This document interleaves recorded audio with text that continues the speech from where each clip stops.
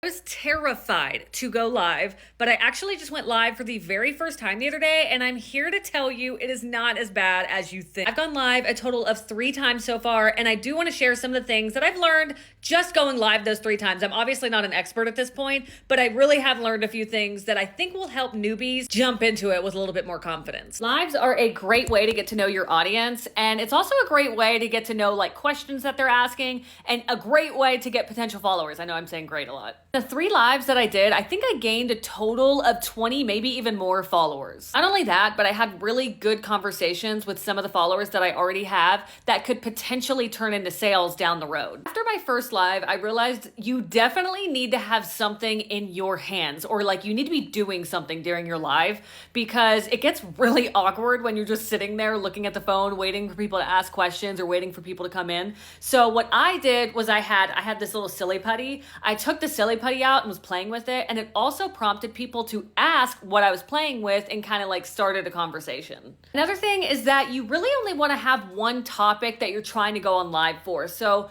at one point I tried to put 2 topics in the title of my live, and I think a lot of people were confused about what I was talking about. So I would really focus, if you're going to do live, just focus on one topic during that live. Another thing you need to do to keep conversations going is to ask questions. So there were people that would ask me questions and I would answer, and I realized it got really stale after I answered, because I'd just be like, yeah, okay, I answered the question. So what I started doing was I asked people leading questions after that and kind of got more information about them, which then allowed me to talk about the product that I'm promoting a little bit more and like direct it towards them. So maybe that will turn into a sale down the line. Last thing is, if you are scared to do live, don't think you have to do it forever. Literally just turn it on for a minute, see how it is. If you hate it, get off. But you actually may end up liking it, and you may start realizing it's a lot easier than you think, and then you'll start going longer. I started out going, I think I was only planning on going for like 15 minutes, and then I ended up doing like a 30-minute live my first time.